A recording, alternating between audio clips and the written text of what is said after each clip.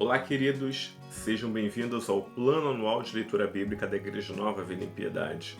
Meu nome é Rafael e hoje abordaremos os capítulos 1 e 2 do Evangelho segundo João. João se destaca em relação aos demais evangelhos por apresentar Jesus com a perspectiva da eternidade. Não começa abordando genealogias. João aponta que Jesus é o Cristo, Filho de Deus, que também é Deus, pois tem a mesma natureza do Pai. Sua natureza divina é evidenciada conforme os versos 1 a 3 do capítulo 1. No princípio era o Verbo, e o Verbo estava com Deus, e o Verbo era Deus. Ele estava no princípio com Deus. Todas as coisas foram feitas por ele, e sem ele nada do que foi feito se fez.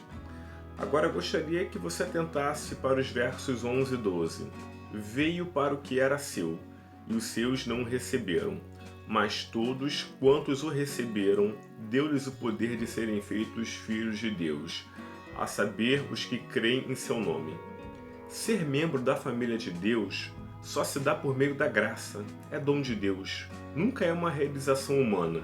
Mesmo assim, a dádiva depende da recepção do homem. Fica claro aqui que nem todos são filhos de Deus. Filho é aquele que tem relacionamento com o Pai. Nós temos uma máxima que diz: Pai é quem cuida. Nós somos filhos, filhos por adoção, sendo Cristo o unigênito.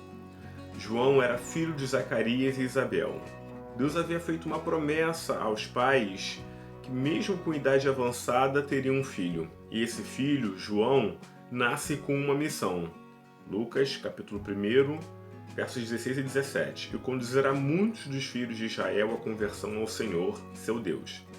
Ele avançará na presença do Senhor no mesmo espírito e poder de Elias, com o propósito de fazer voltar o coração dos pais a seus filhos e os desobedientes à sabedoria dos justos, deixando um povo preparado para o Senhor. João, ele abdica de viver uma vida mais cômoda. Ele poderia seguir a mesma ocupação de seu pai Zacarias, porém segue seu chamado pregando no deserto. Muitas pessoas dão ouvidos à mensagem de João e se arrependem de seus pecados. Certa vez, quando questionam quem João é, ele diz que é a voz que clama no deserto. João não aceita rótulos, aplausos, ele coloca seu chamado propósito em primeiro lugar. É importante destacar que os primeiros seguidores de Jesus eram discípulos de João Batista. João viveu, se dedicou para que Cristo fosse revelado às pessoas. Essa também é a nossa tarefa. Havia uma expectativa no coração dos discípulos em conhecer aquele sobre quem João tanto falava. Assim que viram Jesus, deixaram o antigo mestre para terem uma vida ao lado de Cristo. Seguindo o exemplo de João, nós somos esses facilitadores. A luz de Cristo deve brilhar cada vez mais intensamente em nossas vidas, a fim de revelarmos ao mundo quem Ele é. Nós temos que conduzir as pessoas até Cristo, ao ponto delas terem uma caminhada própria com Ele.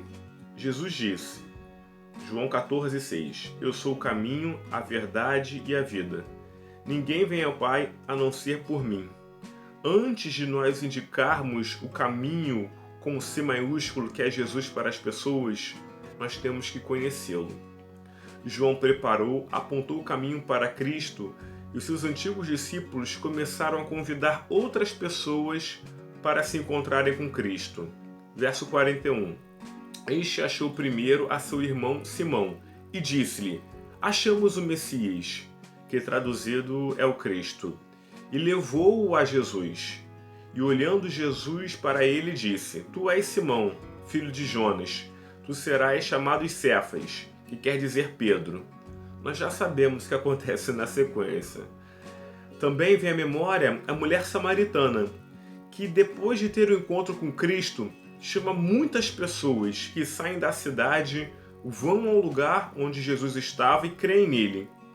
O amor de Deus é muito grande para ser contido apenas em nosso coração. É uma alegria, uma vida, felicidade, plenitude, um amor tão grande que transborda. É necessário compartilhar com o máximo de pessoas. Por falar em amor, a mensagem de João no capítulo 1 é que Deus está perto. Ele se importa tanto que se tornou gente de carne e osso como nós. amou o ser humano imensamente, a fim de trazer salvação e redenção. Já no capítulo 2 de João nós temos, verso 14: encontrou no templo os que vendiam bois, ovelhas e pombas, e cambistas assentados negociando.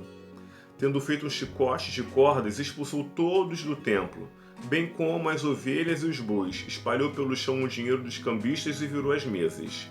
E disse aos que vendiam as pombas: tirai essas coisas daqui, não façais da casa de meu pai casa de comércio.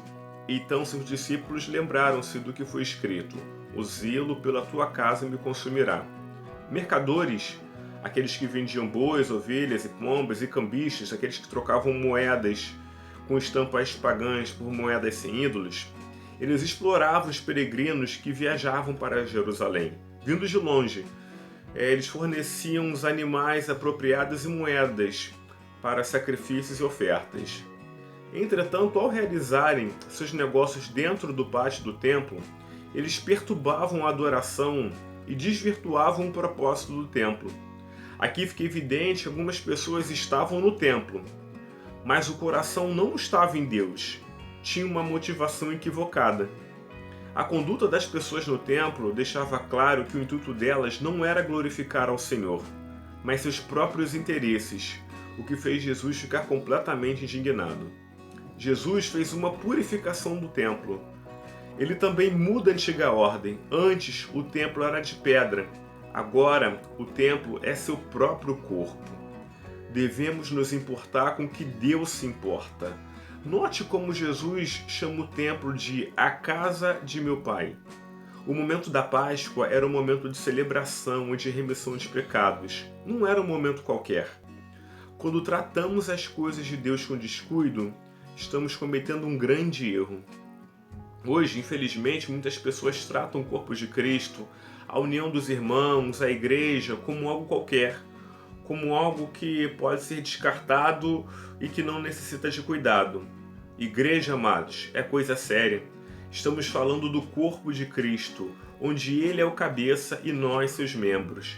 Ser igreja é ser cristocêntrico, ou seja, todas as ações da vida devem ser submetidas a Jesus. Amados, valorize o que Deus valoriza. Viva para agradar aquele que te chamou e comissionou. E é isso, amados. Assim terminamos mais uma leitura bíblica. É sempre uma honra compartilhar das Escrituras com vocês. Fiquem na paz de Cristo. Até a próxima. Tchau, tchau.